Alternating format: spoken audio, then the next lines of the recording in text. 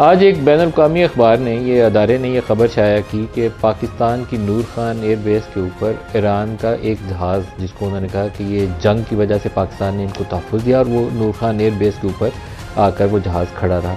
ये बहुत ही मिसलीडिंग किस्म की खबर है, इसलिए कि ये हक़ाइक़ के मुकम्मल तौर पर मुनाफ़ी है। जिन दिनों अमेरिका और इसराइल ईरान के ऊपर हमलावर हो रहे थे, तो उस ज़माने में अगर ईरानी फ़िज़ाइया के कोई लड़ाका तैयारे उड़कर पाकिस्तान की तरफ आते, तो अमेरिका के सैटेलाइट्स उस वक्त आंखें बंद की हुई थी, उनको नहीं पता चला कि क्या हुआ।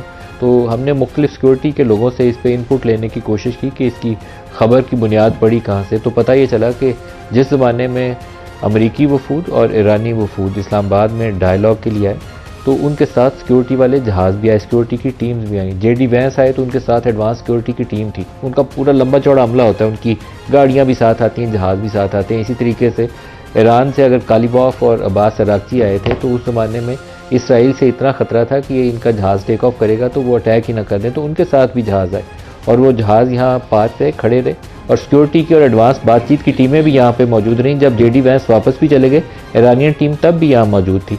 इवन जब दोनों टीमें वापस चली गई, उसके बाद अराक़ची ने 2 दफ़ा पाकिस्तान का विज़िट किया, और उस दौरान में उनकी सिक्योरिटी के हवाले से टीम्स और जहाज़ यहीं पे मौजूद रहे। और ये सब कुछ अमरीकियों को भी पता है और ईरानियों को भी पता है, इसमें कोई चंबे वाली या खुफिया बात नहीं थी। तो लेकिन ये बहुत ही गुमराहकुन खबर है, जिसका मकसद इस बातचीत के अमल को ख़राब करना या मिसट्रस्ट पैदा करना है, क्योंकि इस्लामाबाद जो है वो इस वक्त एक सेंट्रल रोल है, उसका कलीदी किरदार है उसका। ईरान भी कह रहा है कि मेरा एक ही सालिस है और उसका नाम पाकिस्तान है। अमेरिका से ट्रंप साहब भी रोज़ कहते हैं कि आई लव पाकिस्तान, और मैं पाकिस्तान के ज़रिए ईरान से बात कर रहा हूँ। तो ये चीज़ नेतन्याहू को हज़म नहीं होगी, इंडिया को हज़म नहीं होगी, और इस तरह के पाकिस्तान के जो दुश्मन हैं उनको कभी ये हज़म नहीं होगी और तकलीफ़ होगी। तो हम प्रोग्राम में इस पर भी बात करेंगे, बातचीत कैसे आगे बढ़नी है उसको भी डिस्कस करेंगे। लेकिन साथ ही जब पाकिस्तान के दुश्मनों का जिक्र करें और पाकिस्तान में जो दहशत गर्दी के वाक़यात हो रहे हैं, उससे कैसे बंदा नज़र हटा सकता है। पिछले चंद रोज़ के अंदर इन वाक़यात में बहुत ज़्यादा तेज़ी आई है, बल्कि मुझे लगता ये है कि मार्का-ए-हक़ की जैसे ही वो सालगिरह करीब आई है, पाकिस्तान ने उसका जश्न मनाया है कि हमने किस तरीके से भारत को आज से 1 साल पहले शिकस्त दी थी।